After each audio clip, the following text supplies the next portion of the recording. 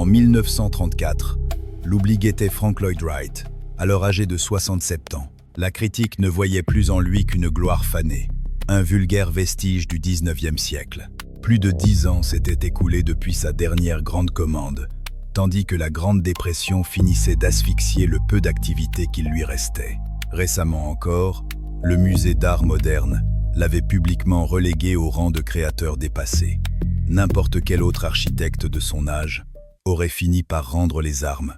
C'est alors qu'un simple coup de fil vint bouleverser le destin. À l'autre bout de la ligne, un riche magnat du commerce de Pittsburgh en quête d'un refuge de week-end dans les montagnes de Pennsylvanie. Une commande banale en apparence, si ce n'est que le maître avait laissé traîner les choses pendant 9 longs mois, sans jamais esquisser le moindre trait. Ce n'est que lorsque le commanditaire annonça sa venue imminente pour examiner le projet que l'architecte daigna enfin s'installer à sa table de travail. La légende raconte qu'il aurait conçu l'intégralité de l'œuvre en l'espace de 3 petites heures. De cet élan fulgurant allait naître la demeure privée la plus mythique de l'histoire des États-Unis, la maison sur la cascade. Une bâtisse qui semble léviter majestueusement au-dessus d'une chute d'eau de 30 pieds. Des terrasses en béton défiant le vide par leurs spectaculaires portes à faux. Des murs de pierre jaillissant directement de roches millénaires. Une audace architecturale si poussée que les ingénieurs eux-mêmes en prédisaient l'effondrement inévitable. Mais aussi une beauté si saisissante qu'elle s'imposa d'emblée à la une du magazine Time. Pourtant, ce joyau de pierre et d'eau incarne bien plus qu'une simple prouesse technique. C'est l'épopée d'une ascension immigrée, le théâtre d'une renaissance artistique et d'un drame familial, ainsi que le récit d'un édifice qui manqua de causer sa propre perte. Avant même que les dernières couches de peinture ne soient sèches, des fissures lézardaient déjà les balcons.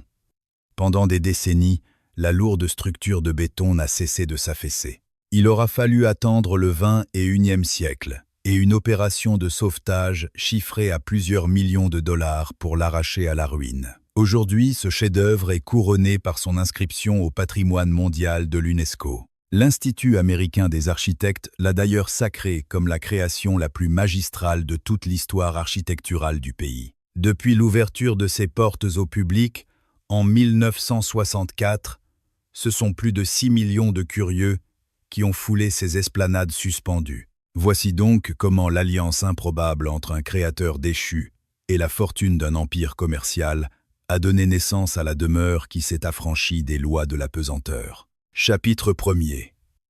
La dynastie Kaufmann de Pittsburgh. En 1868, un fils de paysan allemand d'à peine 10 à 9 ans débarquait dans le port de New York, sans autre bagage qu'une soif de réussite inébranlable. Fuyant son village de Viernheim, Jacob Kaufmann était venu chercher cette terre promise américaine qui faisait tant rêver, mais qui tenait si peu ses engagements. Il ne lui faudra pourtant que 3 courtes années pour transformer ce mirage en réalité éclatante. Faisant venir son frère Isaac, le duo fonda une modeste échoppe de tailleur Audi à 916 de la rue Carson. Ils s'installèrent ainsi à Birmingham, un faubourg ouvrier ancré dans les quartiers sud de Pittsburgh. Nous étions alors en 1871. Pour lancer leur affaire, les 2 hommes avaient rassemblé la somme de 1 500 $. Dans ce local exigu de 10 à 7 pieds sur 28, l'enseigne sobrement baptisée J. Kaufmann et frères vit le jour. Dès les 12 premiers mois, leur chiffre d'affaires s'envola pour atteindre 20 et 1 585 $, une manne financière amplement suffisante pour financer la traversée du reste de la fratrie. C'est ainsi que Maurice rejoignit l'aventure en 1872, du haut de ses 14 ans, suivi 4 ans plus tard par Henry, alors âgé de 16 ans. 4 frères, n'ayant même pas atteint la trentaine, aux commandes d'une affaire florissante au cœur d'une cité forgée par l'acier, le charbon et la sueur des immigrés. Mais le clan avait perçu une révolution qui échappait totalement à la concurrence. Les grands magasins étaient en train de bouleverser le paysage commercial américain. Fini le marchandage interminable, l'ère des prix fixes venait de sonner. Les marchandises n'étaient plus dissimulées derrière des comptoirs, mais offertes au regard de la clientèle. Une véritable lame de fond que ces visionnaires surent chevaucher avant tout le monde. Aux portes de l'année 1890, l'Empire en pleine expansion s'installa à l'intersection prestigieuse de la 5e avenue et de la rue Smithfield, en plein centre-ville. Devant l'entrée trônait une monumentale horloge de bronze à 4 cadrans, donnant naissance à une expression qui allait rythmer la vie locale pendant des décennies. On se retrouve sous l'horloge des Kaufmann. En l'espace de 20 ans seulement, d'anciens colporteurs démunis s'étaient mués en véritables nababs de l'âge d'or américain.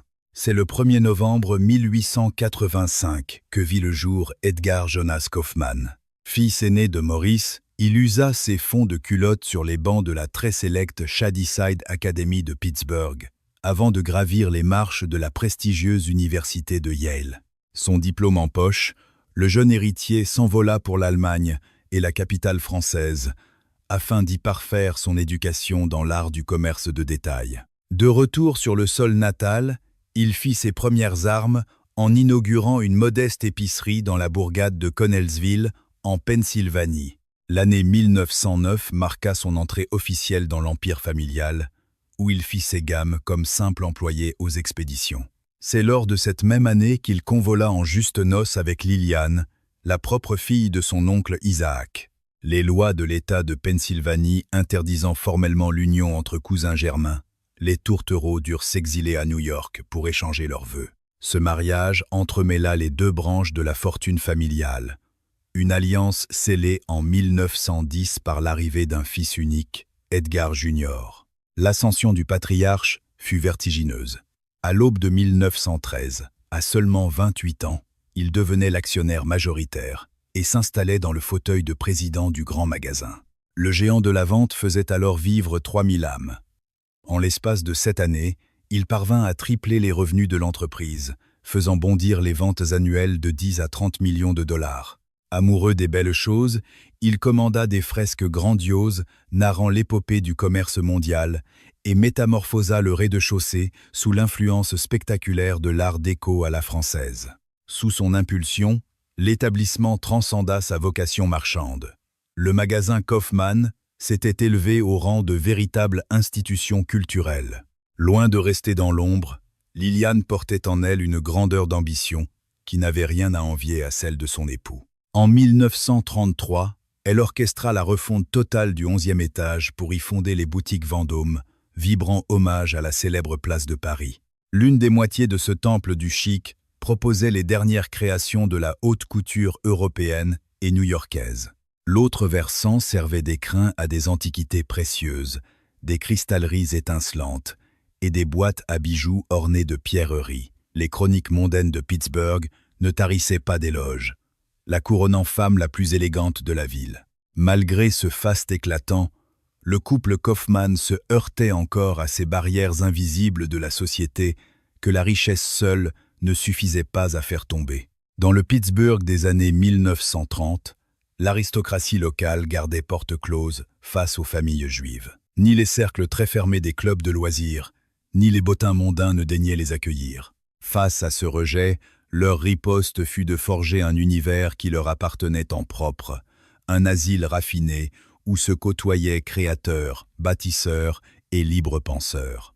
Ainsi, lorsque l'illustre Albert Einstein fit escale en ces terres industrielles, en décembre 1934 pour un colloque savant, c'est dans le havre de la famille Kaufmann, au cœur de leur domaine de Fox Chapel, qu'il trouva asile. Maîtrisant la langue de Goethe, Edgar se fit le porte-voix du génial physicien. Mais au dehors, l'atmosphère étouffante de cette métropole usinière rappelait cruellement l'horizon étriqué de leur quotidien. Les forges titanesques crachaient un voile funeste sur les cieux, déposant un linceul de cendres sur la moindre parcelle de la ville. Fuir cette touffeur devenait le privilège des nantis, qui s'engouffrèrent dans les wagons en partance vers les cimes des Laurel Highlands, situées au sud-est.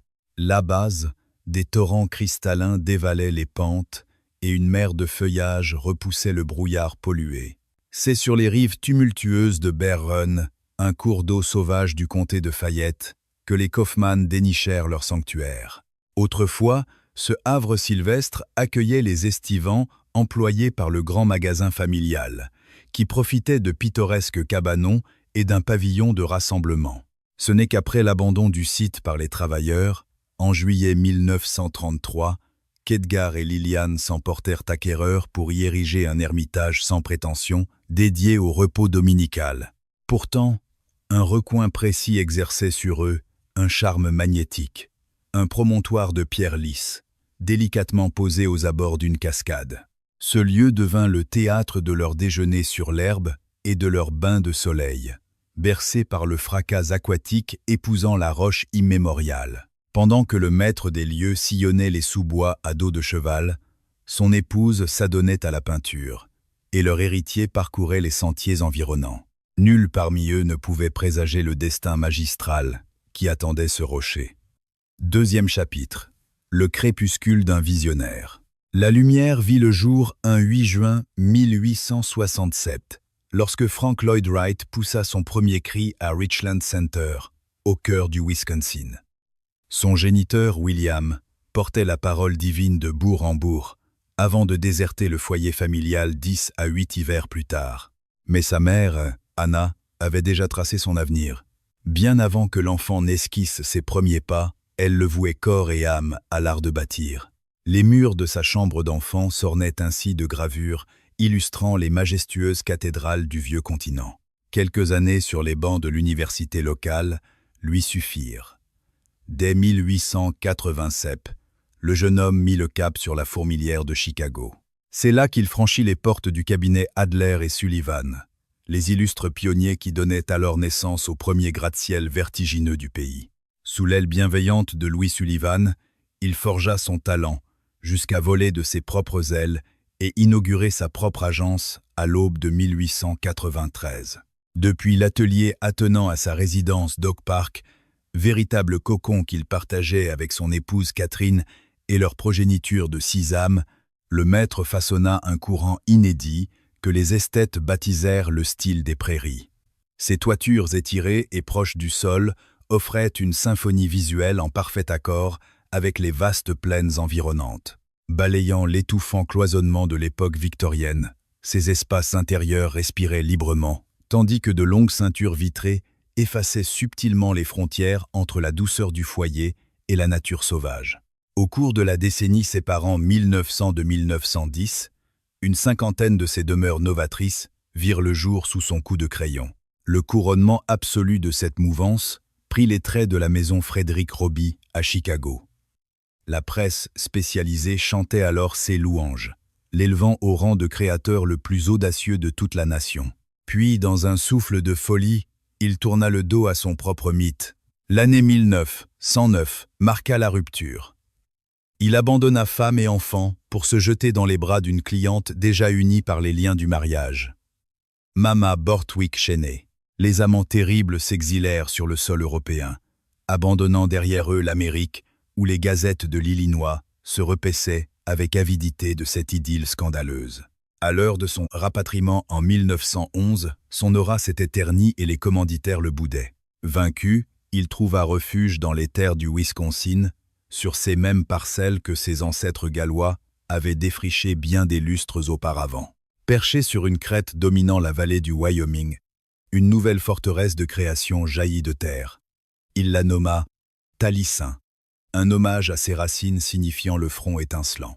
Le tragique s'abattit le 15 août 1914, tandis que l'architecte officiait loin de là, un domestique du nom de Julian Carlton verrouilla toutes les issues du domaine, livra l'édifice aux flammes dévorantes et massacra à la hache ceux qui tentaient d'échapper au brasier. 7 âmes périrent dans ce bain de sang, emportant à jamais Mama et sa progéniture. Ravagé par le chagrin, le maître fit pourtant renaître Taliesin de ses cendres.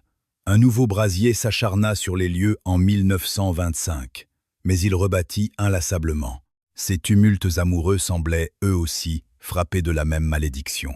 L'union qu'il contracta ensuite avec la sculptrice Myriam Noël sombra dans les méandres de la folie, s'achevant par un divorce houleux à l'aube de 1927. L'année suivante scella sa rencontre avec Olgivana Lazovic, une ballerine monténégrine cadette de 3 décennies, qui devint son étoile polaire et l'accompagna jusqu'à son dernier souffle. Cependant, sur le plan professionnel, c'était le désert absolu. Un projet grandiose d'hôtel dans les sables de l'Arizona fut balayée par la tempête boursière de 1929. La Grande Dépression qui s'abattit sur l'Amérique mit un coup d'arrêt brutal à toute l'industrie du bâtiment. Pour ne pas sombrer, le vieux lion en fut réduit à monnayer ses discours et à se séparer de ses précieuses estampes nippones. Lorsque le célèbre Musée d'art moderne de New York organisa une rétrospective majeure sur l'architecture contemporaine, en l'an 1932, les grands maîtres de la curation y couronnèrent d'or Le Corbusier et Mies van der Rohe. L'œuvre de Wright y fut reléguée au rang de vestige du passé, simple relique d'une époque révolue. C'est cette même année que le couple décida de transformer leur demeure en une communauté d'apprentissage, ouvrant ses portes à des disciples fortunés. Pour la coquette somme de 550 $, de jeunes disciples pouvaient s'imprégner de l'aura du maître pendant une année entière, une démarche que ses détracteurs qualifiaient volontiers de mascarade mégalomane. Le bâtisseur coucha également sa vie sur le papier, défendant avec ferveur une vision organique de son art, clamant que chaque édifice devait s'enraciner dans son environnement naturel, à la manière d'une fleur émergeant de l'humus. Hélas, ce plaidoyer passionné ne rencontra qu'un écho confidentiel en librairie.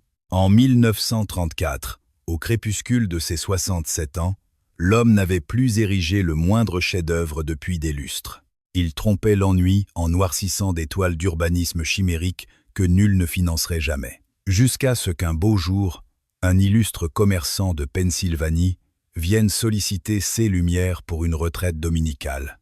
3e chapitre. La transmission et la promesse. Aux antipodes de ses ancêtres, Edgar Kaufmann fils n'éprouvait qu'indifférence pour le négoce et la marchandise. Venu au monde le 9 avril 1910, ce jeune esprit s'était très tôt illustré par une sensibilité hors du commun pour le maniement du pinceau et de la mine de plomb.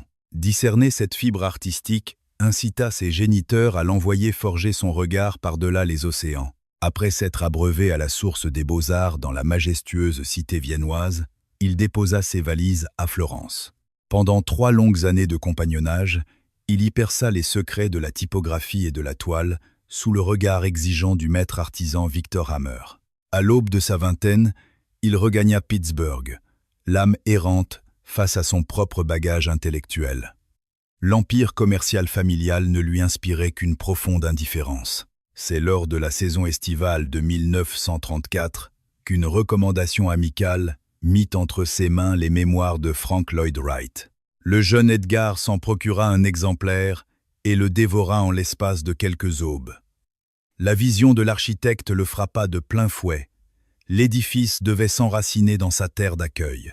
L'art de bâtir se devait d'embrasser l'existence humaine sans jamais l'écraser, tandis que la pierre et l'environnement sauvage fusionneraient en une harmonie absolue. Cette philosophie offrait enfin un visage aux intuitions profondes que le jeune homme portait en lui, muette jusqu'alors. Une missive fut envoyée à Taliesin pour solliciter une rencontre. Le 27 septembre 1934, au cœur de la campagne du Wisconsin, il croisait enfin le regard du maître de 67 ans. Leurs échanges s'étirèrent sur de longues heures. Dès le 15 octobre, les frais d'inscription réglés, Edgar intégrait la confrérie de Taliesin en qualité de disciple. Le quotidien en ces lieux n'avait que faire des codes de l'enseignement classique. Les âmes s'y éveillaient aux premières lueurs du jour. On préparait le festin matinal pour la communauté entière, avant de consacrer ses matinées à l'atelier, penché sur les visions du grand architecte. Le déclin du soleil appelait au labeur de la terre, à la charpente ou à l'entretien. Les corps charriaient la roche, malaxaient le mortier et veillaient sur les moissons. Pour le créateur, la compréhension de la matière devait s'inscrire dans la chair et la paume de la main, bien au-delà de la seule réflexion intellectuelle. Le crépuscule rassemblait le clan autour d'un grand banquet, où Wright présidait, narrant des épopées, jugeant les esquisses et déployant sa doctrine intime. 550 $ par an, tel était le tribut pour effleurer ce monde. En retour, ni parchemin académique, ni titre officiel ne leur était accordé. Leur véritable trésor résidait dans l'ombre et la lumière de Wright en personne. L'observer tracer des lignes, écouter le murmure de sa pensée, s'imprégner de sa façon de contempler l'espace. Edgar y passa une demi-année. Ce sacerdoce trouvait grâce à ses yeux, mais son destin n'était pas de concevoir des murs. Au réveil printanier de 1935, la cité de Pittsburgh le voyait revenir. Il y prit les rênes du département mobilier au sein des Galeries Kaufmann, un rôle taillé sur mesure pour exprimer sa sensibilité esthétique sans trahir le navire amiral de la famille. Pourtant, au fil de son exil à Taliesin, ses correspondances familiales s'étaient gorgées d'une ferveur absolue pour la philosophie du maître. Ses mots peignaient les bâtisses, les vastes horizons et l'esprit de clan, éveillant ainsi une curiosité insatiable chez ses géniteurs. C'est ainsi qu'Edgar et Lillian Kaufmann prirent la route du Wisconsin, en ce 16e jour de novembre 1934.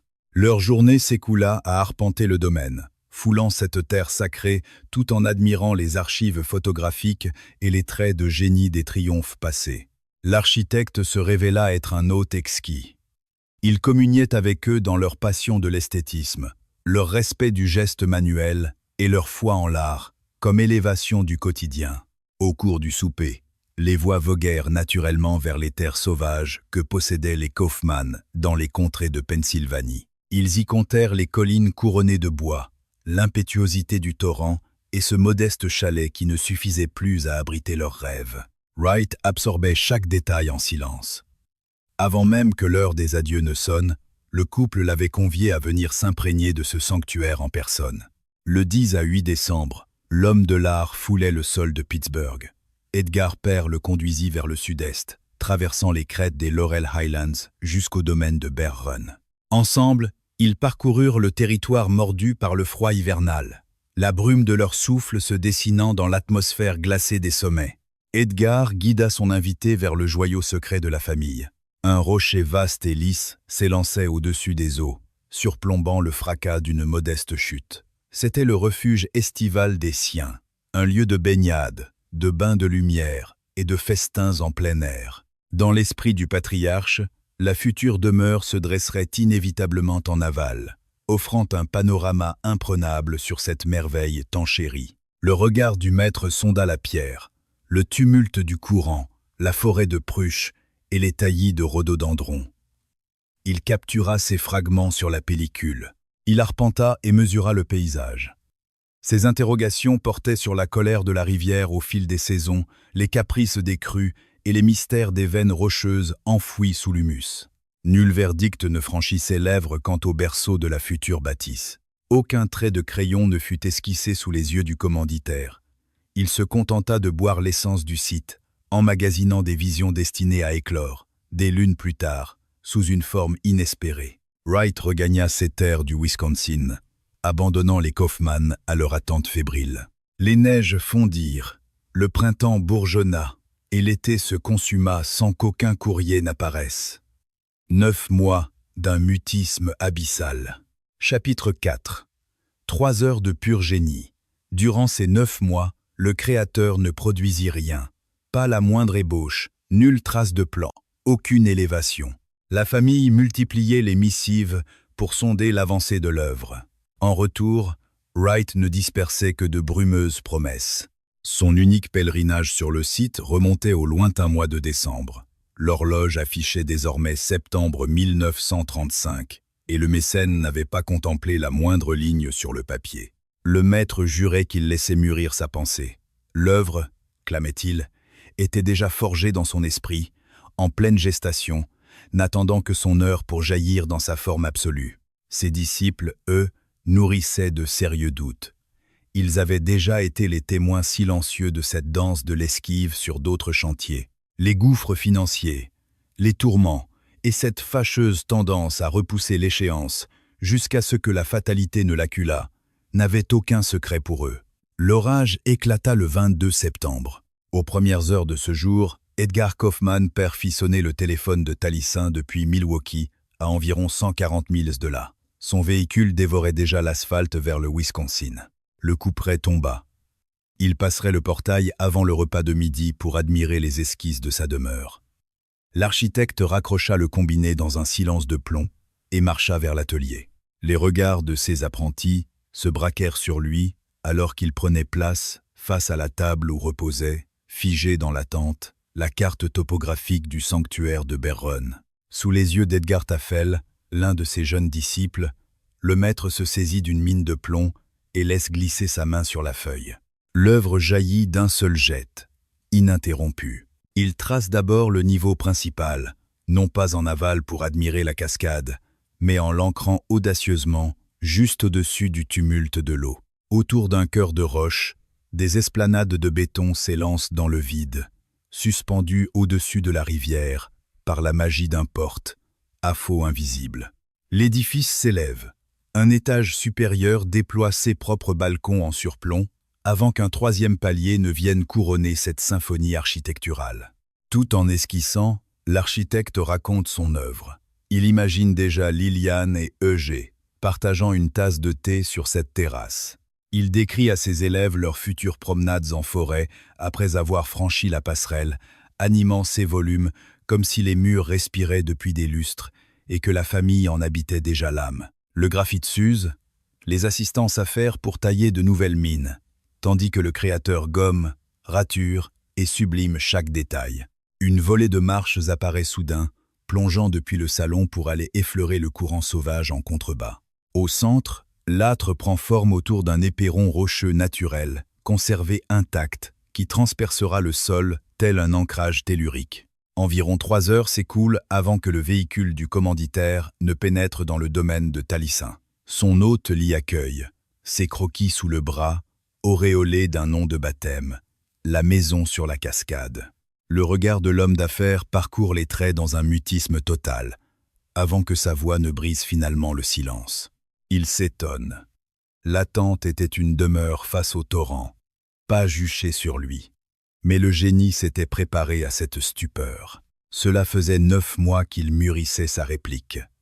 Il savait l'attachement profond du couple pour ce coin de rive qu'il lui avait si fièrement dévoilé.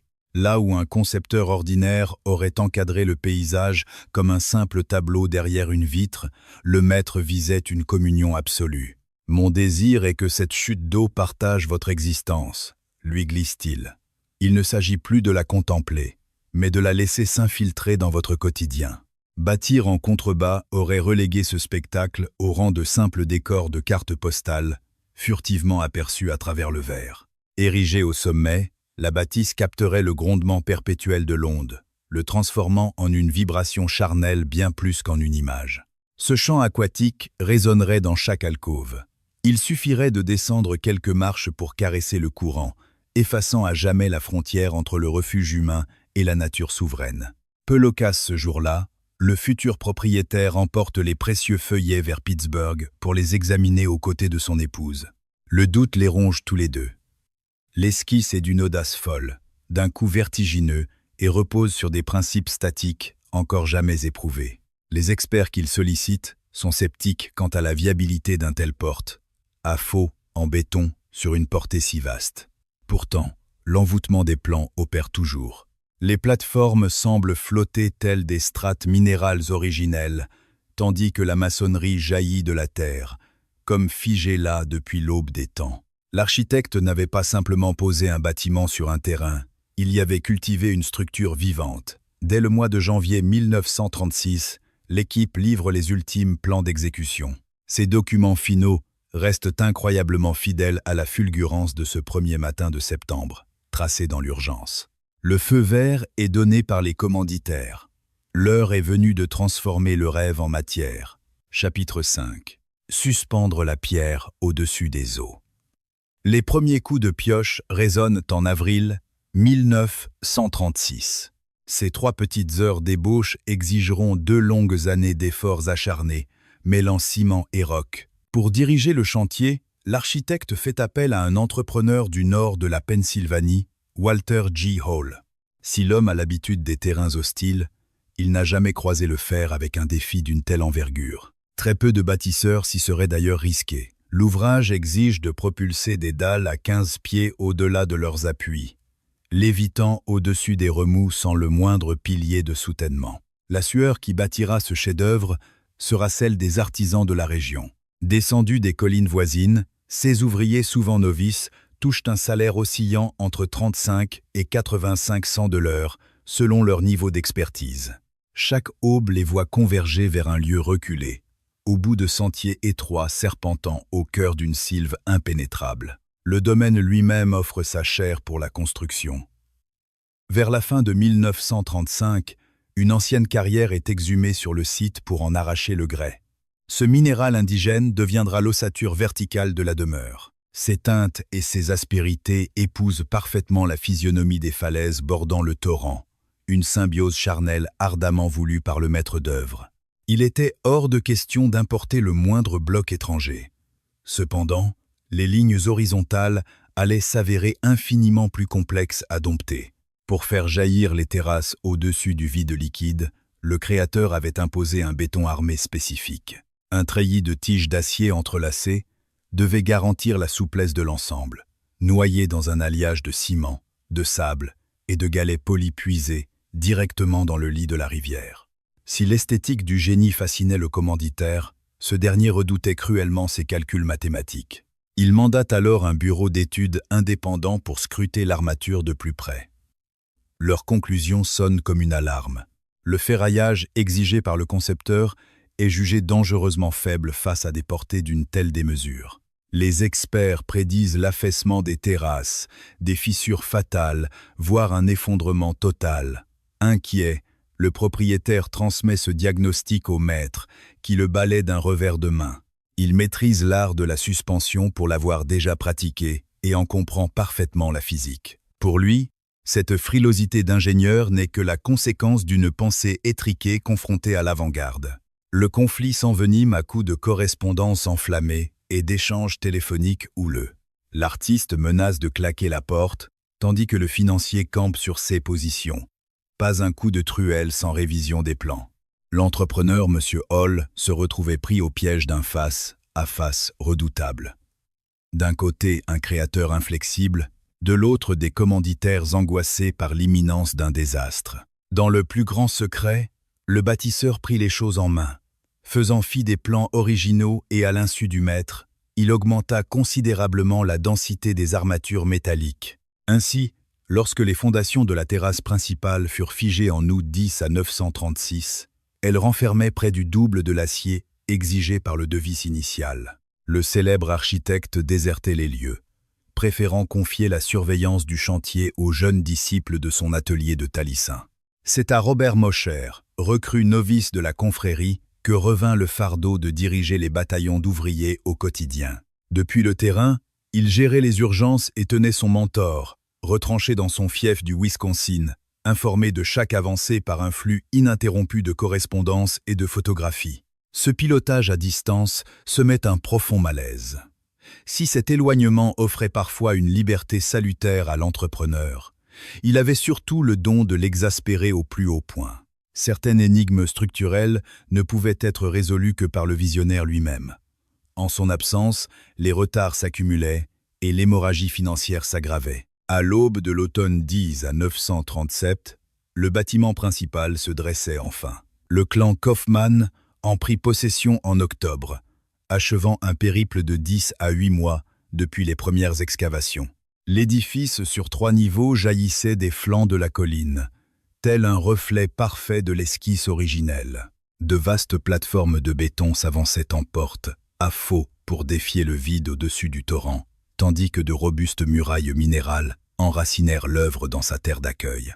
L'année suivante, face à l'afflux incessant de curieux venant admirer ce tour de force, le concepteur dut imaginer un pavillon annexe dédié à la réception. Cette extension vint se nicher un peu plus haut sur la corniche, subtilement rattachée au cœur de la maison par une élégante coursive à l'abri des intempéries. Le point final fut posé en 10 à 939. La facture globale frôlait les 155 000 $, pulvérisant les 35 000 initialement pronostiqués par le maître d'œuvre. La famille régla l'addition sans le moindre esclandre. Après tout, ils avaient exigé un chef-d'œuvre sans équivalent dans l'histoire, et l'absolue singularité a un prix. Dans les coulisses, un silence pudique entourait une question vertigineuse. Les ingénieurs avaient-ils eu raison de trembler pour la solidité de la structure? La matière avait pris. Les coffrages étaient tombés. Le miracle tenait, du moins pour l'instant, défiant la gravité. Chapitre 6. Apprivoiser le courant. C'est sous les frimas d'octobre 10 à 937 que les propriétaires prirent leur quartier dans ce refuge hors norme. Ce qu'ils découvrirent en franchissant le seuil se révéla tout aussi déroutant que l'enveloppe extérieure. Les voûtes semblaient écraser l'espace, chutant par endroits à peine au-dessus de 6 pieds et 8 pouces, une compression délibérée pour faire exploser par contraste l'immensité des belvédères extérieurs. Mesurant lui-même 5 pieds et 7 pouces, l'architecte avait façonné un cocon à son unique mesure, forçant les grands gabarits à courber l'échine en signe de respect. Les pièces s'avalaient les unes les autres, libérées du joug des portes et des cloisons. L'étage noble fusionnait le vestibule, le grand salon et le coin repas en une seule respiration ininterrompue.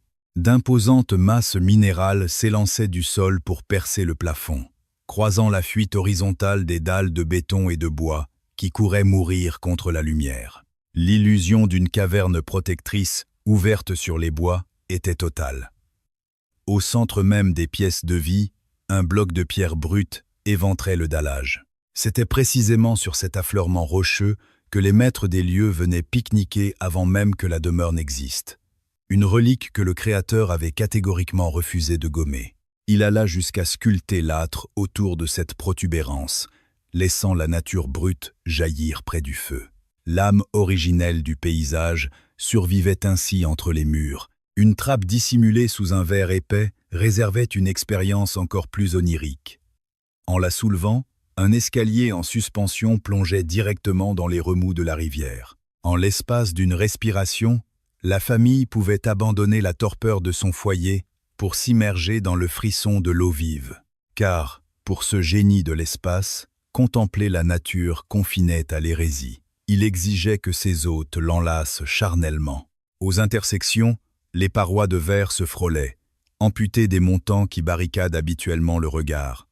En gommant cette ossature, les perspectives glissaient par-delà les arêtes. Conçues pour pivoter vers le dehors plutôt que de coulisser, les baies garantissaient qu'absolument aucun châssis ne viendrait entacher le panorama forestier. Une palette d'une rigueur ascétique habillait les espaces.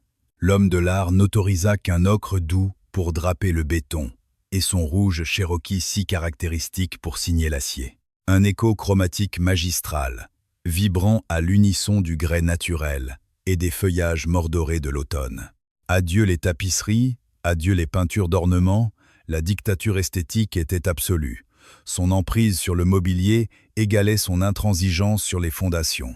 Il esquissa de sa main près de 170 pièces, toutes façonnées dans du noyer noir de Caroline du Nord, par les artisans ébénistes de la maison Gillen, à Milwaukee. Bureaux, rayonnages et banquettes prenaient racine dans les parois, tandis que les quelques assises nomades imitaient les lignes acérées de la charpente. Il se vantait même d'avoir pensé un aménagement à l'épreuve des caprices des propriétaires, allant jusqu'à sceller l'ameublement dans la pierre pour figer sa scénographie. Dévier la trajectoire d'une simple table s'apparentait, dans son esprit, à un véritable sacrilège envers l'harmonie des lieux. Un parti pris dictatorial que le couple embrassa de bonne grâce, conscient du prix du génie. L'esprit de l'Orient, d'ailleurs, veillait sur ce temple de bois et de roche. Fervent admirateur d'estampes japonaises depuis des décennies, l'architecte leur offrit 6 gravures magistrales signées Hiroshige et Hokusai pour célébrer leur emménagement. Dans certains recoins, de moelleux coussins de sol, les fameux abutons éclipsaient purement et simplement les assises occidentales. Cette horizontalité fuyante, ce minimalisme absolu, ces fenêtres pensées comme des tableaux vivants, tout cela puisait aux sources d'une culture nippone qu'il étudiait avec vénération depuis les années 10 à 890. Les habitants vinrent toutefois parsemer l'espace de leur âme de collectionneurs, y déployant des trésors amassés à travers les époques et les continents. Une fresque de Diego Rivera irradiait dans une pièce, tenant tête à un Picasso majestueux, tandis que broderies marocaines, artisanat sud-américain et verrerie Tiffany colonisaient la moindre niche. Si le maître d'œuvre glissait parfois un conseil avisé, la famille restait souveraine sur l'habillage des lieux, même si l'ombre du génie planait toujours, imprégnant chaque centimètre carré jusqu'à l'intimité des salles d'eau. Il fit surélever les cabinets de plus de 10 pouces par rapport aux standards habituels, convaincu des bienfaits d'une posture accroupie. L'intimité des lieux s'habillait, quant à elle, de carreaux de liège. De vastes pommeaux d'allure industrielle offraient aux baigneurs l'illusion grisante de s'abandonner sous une averse en pleine nature. Le chant de la rivière s'infiltrait dans chaque pièce, une mélodie discrète qui n'étouffait jamais les voix, mais qui ne s'éteignait absolument jamais. Un murmure sourd vibrant à travers la pierre et le verre. S'il fallait des heures aux curieux pour l'oublier, les maîtres des lieux avouaient, eux, ne s'y être jamais habitués. Chapitre 7. Les blessures du béton. Les premières lézardes se dessinèrent bien avant que la famille ne prenne possession du domaine. Vers la fin de l'année 1936, les ouvriers démantelèrent les coffrages de bois qui soutenaient le porte à faux du rez-de-chaussée durant la prise du ciment. En l'espace de quelques jours, de fines zébrures entaillèrent les parapets, à la jonction même du balcon et de l'ossature principale. Le propriétaire exigea des comptes dans l'immédiat.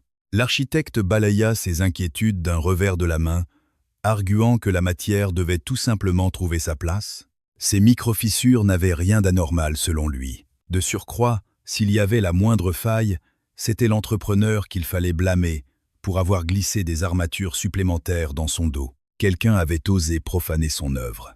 Pourtant, les brèches s'élargirent inexorablement. Au fil du temps, les rebords extérieurs des terrasses s'affaissèrent un peu plus à chaque changement de saison. Une chute d'une lenteur implacable. À la disparition du patriarche en 1955, l'esplanade principale avait déjà plongé d'environ 4 pouces sous sa ligne de départ. À cette époque, personne ne mesurait vraiment l'impact insidieux du fluage. Soumis à un poids constant, le béton se courbe fatalement avec le temps, d'autant plus si son squelette métallique est lacunaire. Le maître avait prévu bien moins d'acier que ne l'exigeait de telles portées. Les renforts clandestins ajoutés par les maçons ralentirent le désastre sans l'arrêter. Ces bras de pierre supportaient un fardeau bien au-delà de leurs limites théoriques. L'humidité ambiante n'arrangeait rien à l'affaire. Perchée au-dessus des flots tumultueux, la demeure buvait les brumes incessantes du cours d'eau. L'eau s'infiltrait au cœur de la matière, rongeant les armatures de rouille et dévorant le squelette de l'intérieur. Les mauvaises langues finirent par surnommer le chef-d'œuvre la moisissure montante. À chaque averse violente, les toitures plates se transformaient en véritables passoires. Privilégiant la pureté de la ligne à la raison pratique, le créateur avait délibérément omis de concevoir des écoulements fonctionnels. Les propriétaires en étaient réduits à semer des seaux sous les fuites et à rafistoler sans fin les murs qui cloquaient. La sauvegarde du bâtiment virait au supplice quotidien. En héritant de la propriété, le fils cadet mit un terme aux coûteuses expertises annuelles commandées par ses parents. Il s'en remettait désormais au coup d'œil de son intendant pour surveiller l'état des surplombs. L'effondrement s'est donc poursuivi dans l'ombre, jusqu'à ce qu'en 1994, un universitaire virginien n'examine ces déformations dans le cadre de sa thèse. Son diagnostic fit l'effet d'une véritable bombe. La terrasse monumentale accusait un affaissement vertigineux de près de 7 pouces. Les déchirures gangrenaient les façades, tandis que l'acier interne ployait sous la torture de la gravité. Devenue gardienne du temple, l'association de préservation locale dépêcha d'urgence une équipe de spécialistes. Leur verdict s'abattit avec froideur.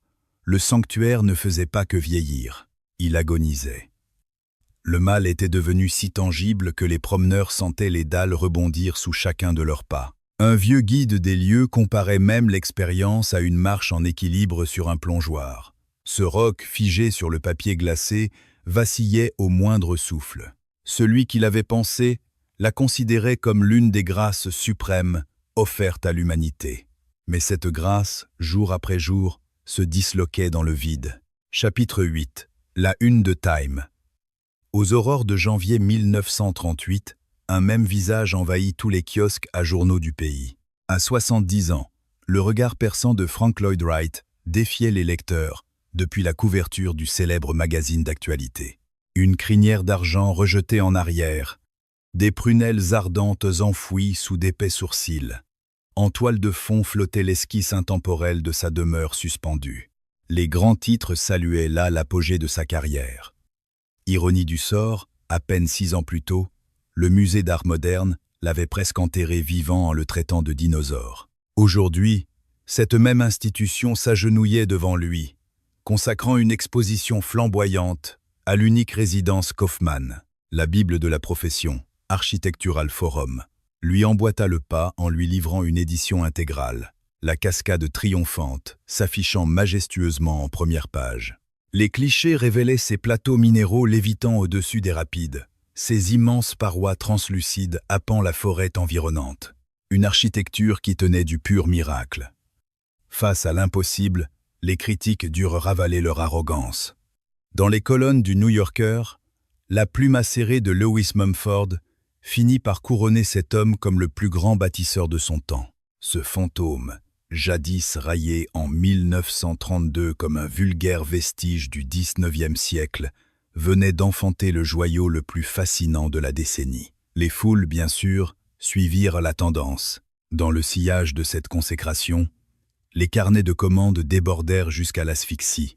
Le complexe administratif imaginé dès 1936 pour Johnson Wax, niché dans le Wisconsin, ouvrit ses portes en 1939 sous un tonnerre d'applaudissements. Ces vastes nefs baignées de clarté zénitale, portées par d'élégantes colonnes effilées, balayèrent les doutes. Le miracle n'avait rien d'un hasard, et les contrats s'enchaînèrent. La toute première habitation usonienne, un rêve abordable taillé pour la classe moyenne, sortit enfin de terre à Madison. Bientôt, un second refuge taliesin s'éleva au beau milieu des sables brûlants de l'Arizona. La riche clientèle se battait désormais pour posséder une œuvre estampillée de son nom. En 1943, Solomon Guggenheim lui confia une mission titanesque. Érigé au cœur de New York, un écrin monumental pour ses toiles d'avant-garde. Durant 16 longues années, le créateur peaufina sa vision. Un cylindre immaculé, où les visiteurs se laisseraient glisser le long d'une rampe tourbillonnante. L'édifice ouvrit ses portes en octobre 1959, à peine 6 mois après que la mort eut emporté le génie à 91 ans. L'ampleur de ce crépuscule artistique déjoua absolument toutes les prédictions. Au cours d'une carrière s'étalant sur plus de 7 décennies, l'architecte a imaginé au-delà de 1000 édifices, dont environ 500 ont fini par sortir de terre. Fait remarquable. Près d'un tiers de cette œuvre colossale a vu le jour après l'achèvement de la maison sur la cascade, alors qu'il traversait l'hiver de sa vie entre 70 et 89 ans. La romancière Ayn Rand a d'ailleurs avoué s'être inspirée de l'aura de ce créateur pour forger le personnage d'Howard Roark, le héros de son célèbre ouvrage La Source, paru en 1943. Écoulé à des millions d'exemplaires, ce récit a gravé dans l'inconscient collectif le mythe de l'artiste tourmenté et intransigeant, touchant un public qui ne franchirait pourtant jamais le seuil de ses réalisations. Retranchée dans son refuge dominical niché au cœur des collines de Pennsylvanie, la famille Kaufmann a été le témoin privilégié de cette consécration. Des foules de curieux s'y aventuraient sans y être conviés, abandonnant leurs véhicules en bordure de route et bravant les sous-bois dans le seul but de voler un regard à l'architecture. Les propriétaires ont fini par s'habituer au balai incessant des objectifs braqués sur leur intimité, poussant même le maître d'œuvre à ériger un pavillon d'amis pour canaliser, en partie, l'engouement suscité par son propre chef-d'œuvre. Cette résidence suspendue au-dessus des flots a offert à son créateur une notoriété fulgurante, d'une ampleur que ses précédentes esquisses n'avaient jamais pu effleurer. Si le style des maisons de la prairie suscitait l'admiration de ses pairs et que l'hôtel impérial de Tokyo avait triomphé des séismes, cela restait un succès d'estime.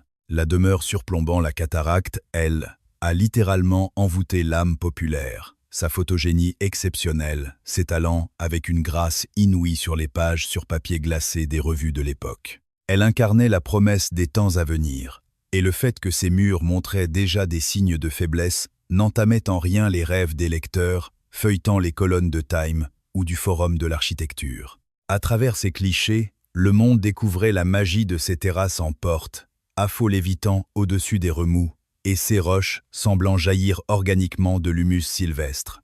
L'illusion était parfaite, exactement comme l'architecte l'avait orchestrée, reléguant les failles structurelles à plus tard. Chapitre 9. Le temps des drames et des adieux. Durant 26 longues années, le clan fuyait le tumulte de Pittsburgh, dès l'aube des week-ends ou des congés, taillant la route vers le sud-est, à travers les massifs, pour rejoindre leur sanctuaire aquatique. Leur journée s'étirait entre les baignades dans le bassin imaginé par le maître et les somptueux banquets dressés au cœur de l'immense salle de réception. La nuit tombée, le chant de la rivière berçait leur sommeil par les baies grandes ouvertes, tandis que le bâtiment annexe, achevé en 1939, offrait l'hospitalité à leurs proches pour de longues retraites hors du temps. Les murmures de l'histoire racontent même que l'illustre Frida Kahlo y aurait fait escale, succombant au charme d'un autre convive dans ce cadre envoûtant. Des figures majeures comme Marcel Breuer ont foulé ces terres pour en scruter l'ingénierie, tout comme Ludwig Mies van der Rohe, dont les vertigineux monolithes de verre, érigés à Chicago, incarnaient l'antithèse absolue de la vision du créateur des lieux. Ces esprits brillants ont arpenté le domaine, décortiqué chaque choix esthétique, avant de s'en retourner, avec leur propre certitude forgée au contact de ce monument. Pourtant, derrière cette façade idyllique, l'union qui avait donné naissance à ce projet se consumait à petit feu, minée par l'infidélité chronique du patriarche. Dès 1933, soit une année à peine avant la commande de la célèbre demeure, ces liaisons secrètes avaient déjà éclaté au grand jour. La rumeur s'était transformée en scandale lorsqu'une enseigne concurrente l'avait traîné en justice pour des parures de platine et de diamants impayés, des présents luxueux destinés à son amante, une certaine Joséphine Bennett Waxman. La presse locale avait fait ses choux gras de cette affaire croustillante, mais l'épouse offensée s'était murée dans un silence digne, laissant ce manège destructeur poursuivre son cours. Multipliant les voyages d'affaires, l'homme ne manquait jamais de s'entourer de nouvelles conquêtes féminines. Sur la scène mondaine, sa compagne tenait son rang avec bravoure, dirigeant de main de maître les boutiques Vendôme, orchestrant les mondanités et endossant à la perfection le costume de l'épouse de notable, tout en trouvant refuge dans la peinture. Elle errait souvent sur les sentiers boisés, ou venait se recueillir sur ce rocher, autrefois théâtre de leurs pique-niques familiaux, désormais prisonniers du vaste salon que l'architecte avait façonné tout autour. Le 7 septembre 1952, l'histoire de la maîtresse de maison s'est tragiquement achevée au sein même de ce havre de paix. À l'âge de 63 ans, elle s'est éteinte des suites d'une ingestion massive de séconal, un puissant somnifère de la famille des barbituriques. Le mystère d'un acte désespéré ou d'une tragique erreur de dosage n'a jamais été dissipé, le clan ayant choisi de sceller ce drame sous le sceau du secret familial. Le veuf a fait ériger une sépulture sur leur terre pour y faire reposer sa femme, dont les lourdes portes de bronze portent la signature du célèbre sculpteur Alberto Giacometti. Le deuil fut cependant de courte durée, puisqu'à peine 2 ans plus tard, il convolait en justes noces avec Grace Stoops, celle qui fut tour à tour sa secrétaire et sa maîtresse attitrée de longue date. L'union a été scellée le 4 septembre 1954, alors qu'il soufflait ses 68 bougies, pour ne durer finalement que 7 petits mois. Emporté par un cancer des os, le patriarche a rendu son dernier souffle sous le soleil de Palm Springs, en Californie, le 15 avril 1955, avant que sa dépouille ne soit rapatriée vers sa terre d'élection. Il a ainsi rejoint sa première épouse dans l'éternité, au cœur du caveau édifié sur le domaine de leur création architecturale. Ce fut alors à leurs descendants uniques que revint l'intégralité du patrimoine, des commerces aux collections d'œuvres, en passant par les domaines et cette bâtisse où sommeillaient ses aïeux. L'héritier, un célibataire endurci, abordait alors sa 45e année. Installé au cœur de Manhattan, il partageait son quotidien entre ses fonctions au Musée d'art moderne et les amphithéâtres de l'Université de Columbia, où il dispensait son savoir. Son compagnon de route, un créateur du nom de Paul Mayenne, a partagé sa vie durant plus de 3 décennies. Malgré l'éloignement, l'héritier s'échappait vers le sanctuaire familial de Pennsylvanie dès que le temps le lui permettait. Se muant parfois en guide d'un jour, il se plaisait à accompagner les voyageurs à travers ces mêmes couloirs qui avaient abrité ces jeux de petits garçons. Ce n'est qu'au crépuscule de la visite, après avoir sondé leurs impressions sur le bâtiment, qu'il s'amusait à dévoiler son lien charnel avec les anciens maîtres des lieux. L'évidence s'imposait à lui. Un tel monument historique ne pouvait rester éternellement confiné dans la sphère intime. une vérité que son géniteur avait lui-même pressentie. Peu avant sa disparition, le père avait d'ailleurs évoqué l'idée de léguer ce joyau à une institution assez solide pour en garantir la pérennité. Ne restait plus qu'à en définir le récipiendaire, le calendrier et les modalités d'adoption. Chapitre 10. La sauvegarde d'une utopie de Pierre. Le fils avait assisté, impuissant, au massacre architectural d'autres créations du maître, impitoyablement rasées, défigurées ou abandonnées au ravage du temps. À l'aube de l'année 1963, la certitude s'est ancrée en lui. Le statut de propriété privée menait inévitablement l'édifice à sa perte. C'est ainsi que, le 29 octobre, sa signature est venue parapher l'acte de cession officielle, confiant définitivement les clés du domaine aux soins bienveillants de l'Organisation de conservation de la nature de Pennsylvanie occidentale. Le legs comportait également 469 acres de sous-bois préservés et une dotation colossale de 500 000 $. Lors des festivités d'inauguration, il a sagement rappelé qu'un sanctuaire d'une telle envergure ne pouvait être la propriété de personne. C'est l'œuvre de l'humanité, offerte à ses semblables, et non le caprice d'un seul pour un autre. Dès le mois de juillet qui suivit, les premiers curieux franchissaient les portes de la demeure, bien que l'édifice fût toujours rongé par de profonds maux structurels. En l'an 1995, le diagnostic des experts tomba comme un coup près. Les impressionnants balcons en porte, à faux, continuaient inexorablement leur plongée vers le vide. L'inaction aurait signé l'effondrement pur et simple du chef-d'œuvre. L'unique planche de salut résidait dans une technique ingénieuse, la mise en post-tension de l'architecture. Avec une précision d'orfèvre, les ouvriers ont fait glisser des câbles d'acier au cœur des poutres en béton avant de les tendre à l'extrême, figeant ainsi la structure pour l'éternité, sans jamais altérer la magie de la façade. Ce sauvetage a exigé 6 mois de labeur acharné et un budget astronomique de 11 500 000 $. Au terme de cette prouesse, la terrasse principale s'était soulevée d'un demi-pouce, un souffle suffisant pour endiguer la chute. L'ingénieur Robert Silman a d'ailleurs confié que cet infime affaissement portait en lui la mémoire et l'âme véritable du monument. Edgar Fils ne fut jamais témoin de cette résurrection, s'étant éteint à l'âge de 79 ans au crépuscule de l'année 1989. Aujourd'hui, ses cendres reposent en paix dans ce domaine sauvage, à quelques pas de ses aïeux. C'est en 2010 à 9 que l'UNESCO a couronné ce joyau en l'inscrivant au Panthéon du patrimoine mondial.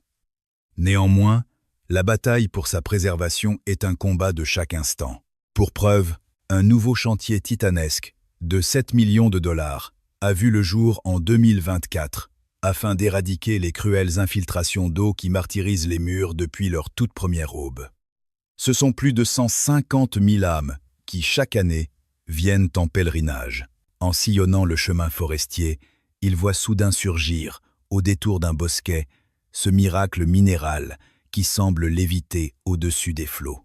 Le maître bâtisseur avait déjà 67 ans lorsque sa main a esquissé ces lignes révolutionnaires, à une époque où le silence semblait doucement s'abattre sur sa carrière. Les critiques d'art l'avaient d'ailleurs rangé aux oubliettes, mais ce chef-d'œuvre au-dessus de la cascade a inversé le cours du destin, et la forteresse d'eau et de pierre défie toujours le temps.